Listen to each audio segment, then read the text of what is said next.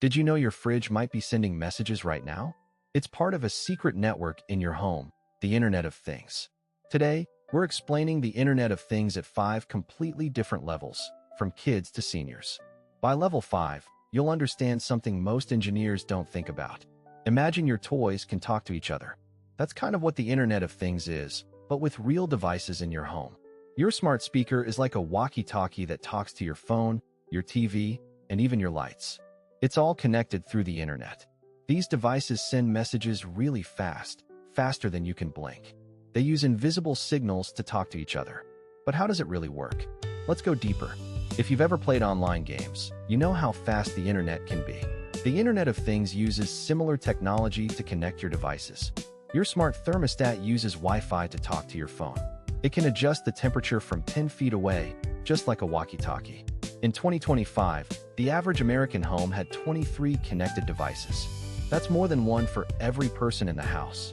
These devices send and receive data at speeds up to 1 gigabit per second. That's like downloading a full-length movie in seconds. Now let's see what's actually happening under the hood. The Internet of Things uses special protocols like MQTT and HTTP to send messages between devices. These protocols help devices understand each other. Engineers had to solve big problems, like how to make devices talk to each other without using too much power. That's why many use low-power wireless protocols like Zigbee. One big challenge is security.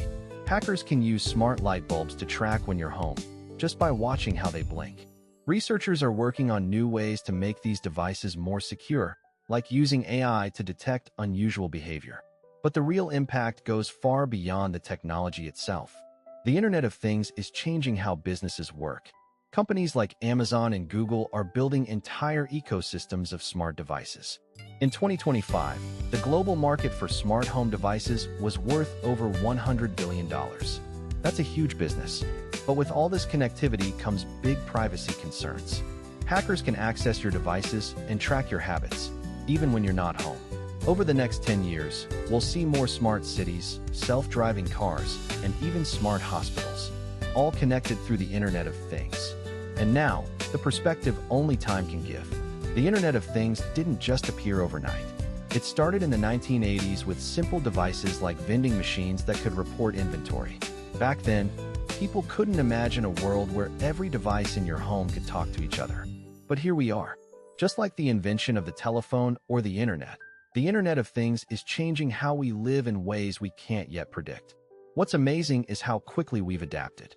In just a few decades, we've gone from dial-up modems to smart homes. And scientists still can't explain why some smart devices behave the way they do, even when they're not supposed to.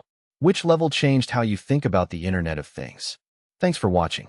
If you enjoyed this video, give it a thumbs up and share it with someone who loves technology.